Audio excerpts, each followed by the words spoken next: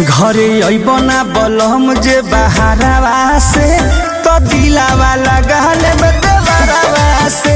घरे अइबना बलम जे बहारवा से तो दिलावा लगाले